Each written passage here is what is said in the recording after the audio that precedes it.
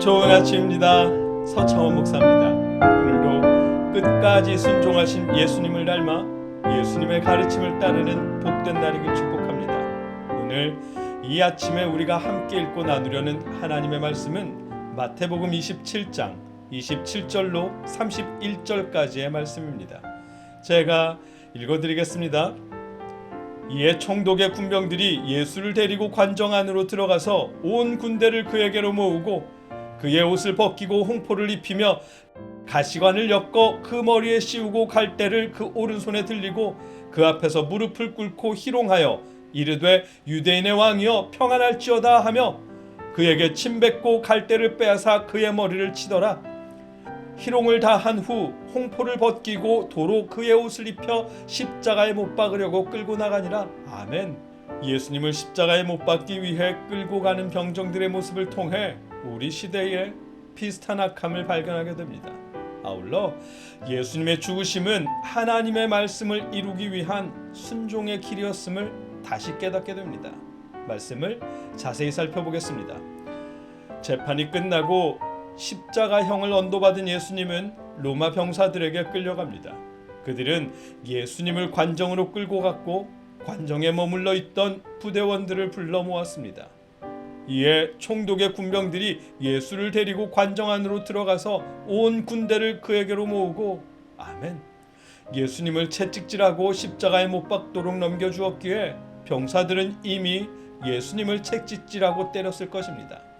그 후 십자가에 못 박기 전에 예수님을 조롱하려는 것입니다. 로마 병사들은 채찍에 맞아 기진한 예수님을 둘러싸서 그의 옷을 벗기고 홍포를 입히며 아멘. 예수님의 옷을 벗기고 홍포, 다른 번역대로 하면 주홍색 옷을 입혔습니다. 그렇다고 예수님을 조롱하려고 특별한 옷을 준비한 것은 아니고 사진 속에 보시는 것처럼 그 당시 로마 병사들이 갑옷 안에 입던 그런 옷 중에 하나를 가져다가 예수님께 입힌 것입니다. 병사들이 예수님께 홍포를 입힌 이유는 지금 보시는 이 그림, 빈센조 카무니치라고 하는 이탈리아 화가의 카이사르의 죽음이라는 그림인데 이 그림에서 볼 수 있듯 주홍색이나 자주색의 복장이 왕의 옷 색깔이었기 때문입니다. 유대인의 왕이 되기 위해 혁명을 주도했다는 그런 무고로 잡혀온 예수님이기에 로마 병사들은 유대인의 왕이라며 예수님을 조롱하는 것입니다. 가시관을 엮어 그 머리에 씌우고 갈대를 그 오른손에 들리고 그 앞에서 무릎을 꿇고 희롱하여 이르되 유대인의 왕이여 평안할지어다 하며 아멘. 채찍으로 마음껏 때려놓고 이제 가장 끔찍하다는 십자가에 못 박으려고 준비하면서 예수님에게 유대인의 왕이여 평안할지어다 라며 조롱합니다. 예수님에게 유대인의 왕이여 평안하라며 조롱을 던진 그들은 그에게 침 뱉고 갈대를 빼앗아 그의 머리를 치더라. 아멘. 예수님께 침을 뱉고 예수님 손에 쥐어준 지팡이를 빼앗아 가시관을 씌운 머리를 때립니다. 로마의 병사들이 예수님께 이렇게까지 해야 할 권한이 없었지만 그들은 예수님을 조롱하고 멸시하며 학대했습니다. 예수님을 조롱하며 학대하는 그들의 모습은 왠지 낯설지가 않습니다. 요즘 뉴스를 통해 듣는 힘없는 동급생을 괴롭히는 학생들에게서 발견할 수 있고 우리 시대 아파트 경비하시는 분들을 모욕하고 조롱하는 이들의 모습에서도 발견할 수 있습니다. 돈이 조금 많다고 나이가 조금 많다는 이유로 조금 높은 직급이라는 이유로 갑질하는 우리 시대 어른들의 모습에서도 발견할 수 있습니다.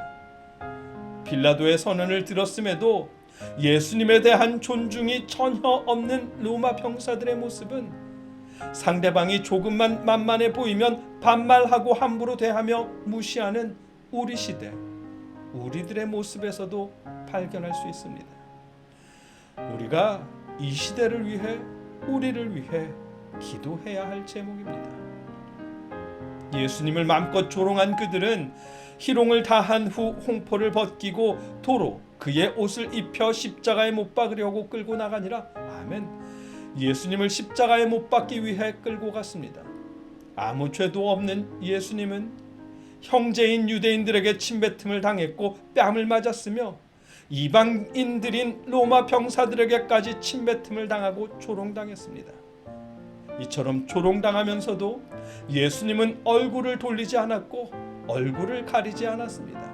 이사야 50장 6절의 말씀, 나를 때리는 자들에게 내 등을 맡기며 나의 수염을 뽑는 자들에게 나의 뺨을 맡기며 모욕과 침뱉음을 당하여도 내 얼굴을 가리지 아니하였느니라. 아멘.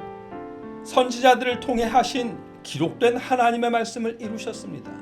죄 하나 없이 조롱당했고 아무 죄도 없이 죽임당하셨지만 억울한 죽음이 아닌 하나님의 말씀을 이루기 위해 끝까지 순종하신 죽음이었습니다. 오늘 본문의 내용입니다. 말씀을 정리하면 예수님은 로마 병사들에게 채찍을 맞으셨고 침뱉음을 당하며 조롱당하셨습니다.